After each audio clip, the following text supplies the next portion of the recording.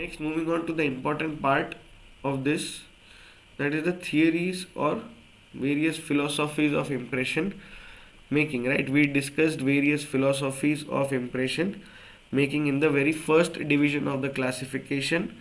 Right, so starting with the first one, that is the mucostatic theory. Right, so firstly, who gave this theory? Richardson. Okay, how do you remember the name Richardson? See, mucostatic. First, understand the name of the theory. Mucus static.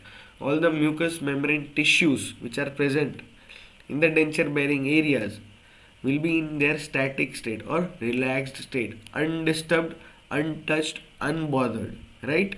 So, mucostatic, in which all the tissues will be in their relaxed state. R for relaxed, R for Richardson. Right? Popularized by Henry Page. So, Richardson was the one who gave, and then Henry Page took it forward and popularized it. So, now what principle is this theory based on? This theory is based on the principle of Pascal's law of hydrodynamics. Right? What does that law mean? Any particle, okay, or any surface or any object which is exerting pressure into the water surface or inside the water, that pressure will be distributed in all the areas equally surrounding that object. Right? So, technique or this mucostatic impression technique involves what? It mainly is a procedure in which you record the tissues in their static state. Now, when you want to record the tissues in their static state, you need to take a mucostatic impression material. The material which will not exert force on the tissues while you are recording the impression. Suppose if you are using impression compound, it is a bit hard kind of material. You cannot keep the tissues in their mucostatic state. Correct? If you want a mucostatic material, impression plaster is a mucostatic material. Okay, but your impression compound is not a mucostatic material. Agar agar is a mucostatic material. Zinc oxide eugenol paste is a mucostatic material. Light body, your gun elastomers are your mucostatic material, and impression wax are mucostatic material. Alginate, compound, putty, all these are not mucostatic impression materials. So you need to use a sorry, you need to use a mucostatic impression material which will not exert any force on the tissues. Right?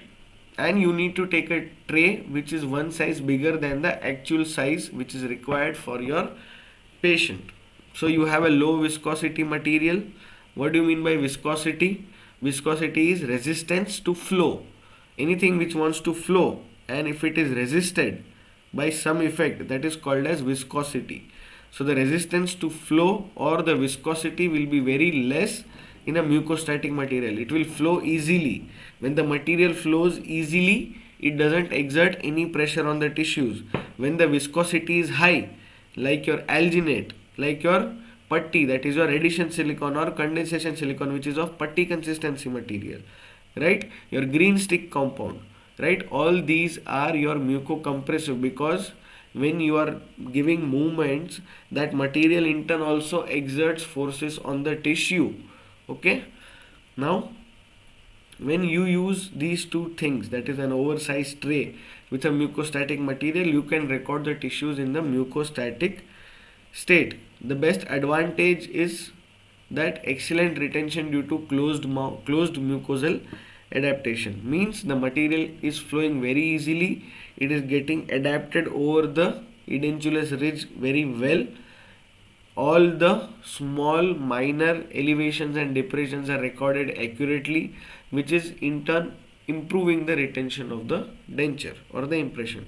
Less trauma to the tissues, right? You are not giving much pressure, applying your full force to record, as if energy or force itself will record all your findings without using any technique. So here nothing like that is happening. What we do in our undergrads when we get our first CD patient, right, without thinking about the techniques, we just take impression compound, start heating it, somehow adapt it on the tray, and place it in the mouth and give so much pressure and cause a lot of discomfort to the patient, right?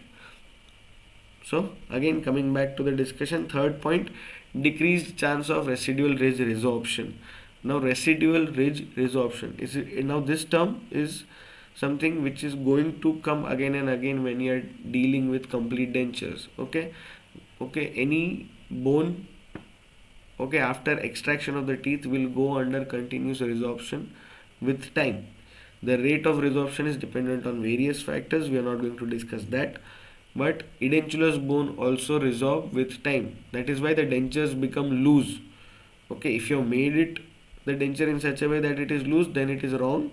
But if you made a denture which was well retentive and after 2 years patient comes with a complaint that my denture has become loose, that means there is some amount of resorption which has happened, right? And that is why the dentures are loose. Okay, now this in this case, as we are not exerting much pressure on the tissues while recording the impression, the denture also will not exert much forces on the tissues, because the impression will adapt in the same way, the denture will adapt in the same way how the impression was adapted, right? So that is why the amount of forces also will be less, keeping the tissues in a mucostatic state, not exerting any force, thus avoiding the phenomena of residual ridge resorption to an extent, not fully.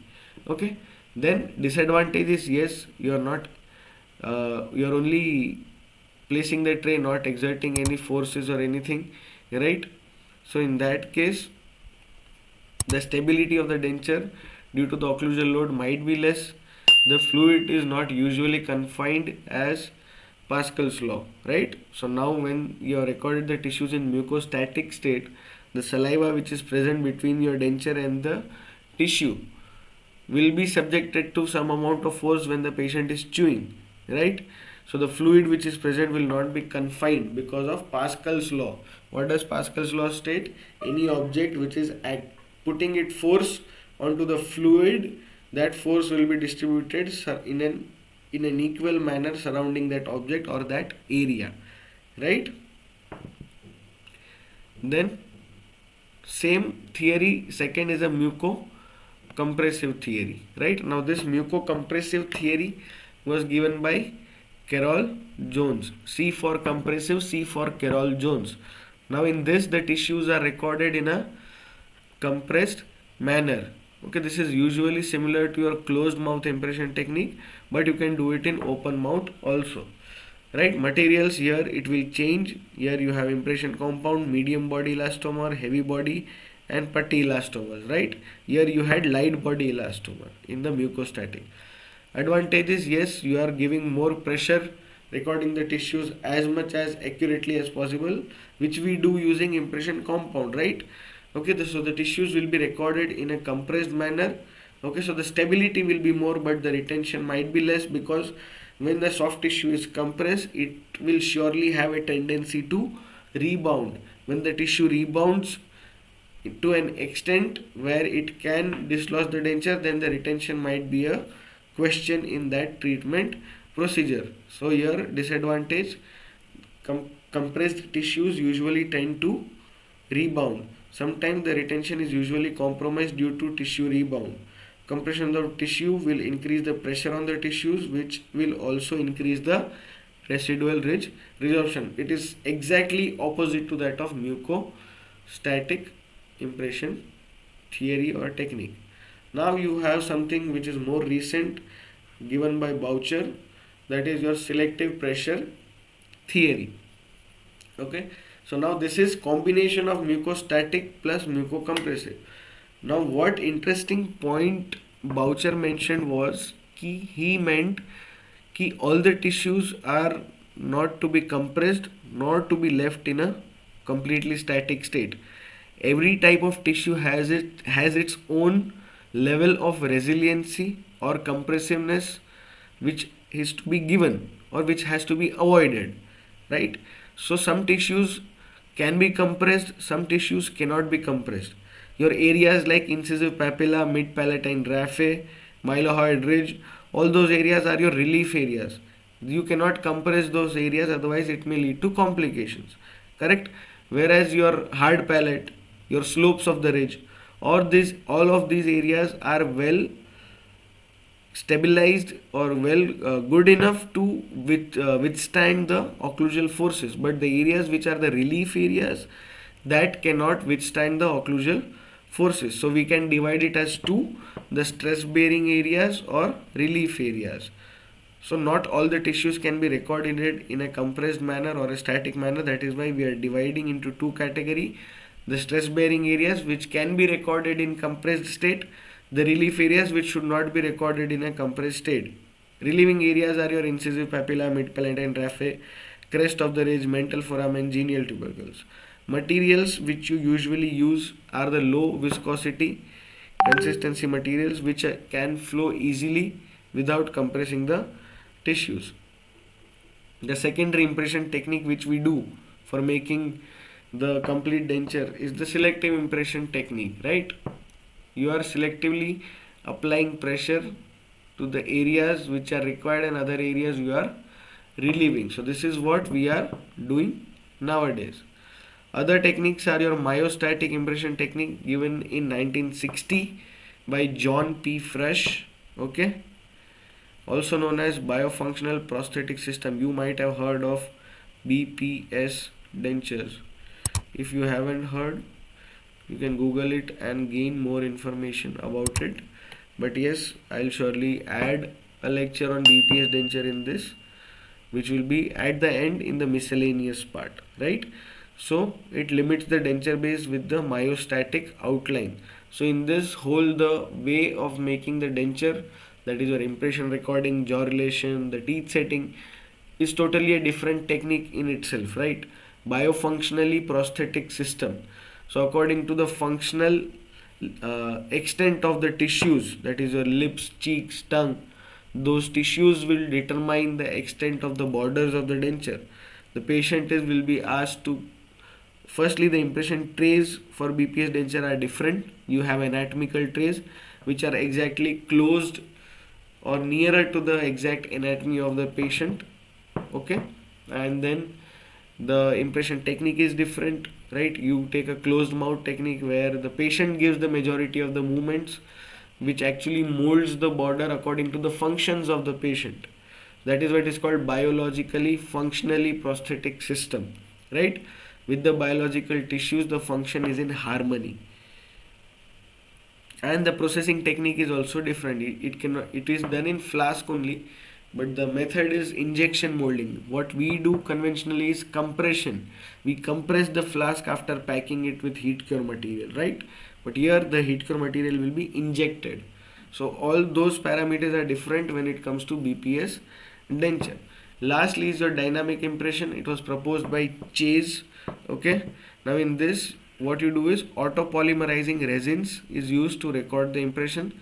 Sometimes soft liners are also used. It is made up of polymethyl meth acrylate. So you keep some self-cure kind of thing, but it will not cure completely. To get it cure completely, it will take 3 weeks. So you apply it on the border, it will have its first cure. That means it will stay there, stick to your denture, and then eventually when the patient is using the denture, the borders will be molded according to the patient's functional demands. So this is called dynamic impression. You can use soft liners also or auto polymerizing resins which have a long setting time up to 3 weeks. So the borders get molded slowly up to 3 weeks. It can be acted as a perfect physiological impression because it is getting molded slowly as the patient is using. Okay, and the final tissue contours are replaced. So once you are happy with your recontouring of the borders, you can convert that into a hard material. So that will be finalized. That is also one technique. So these technique can come as a short note individually, or you can get a question on what is impression making, what is classification of impression in complete denture, explain in detail about theories. Or the classification can come along with the question of objectives of impression making, right? That is retention, stability, support, aesthetics and all, right? So this in all completes the impression making in complete dentures. There are not much questions asked on the secondary impression procedures. But still, if I find anything or if you find anything, you can let me know. Thank you so much.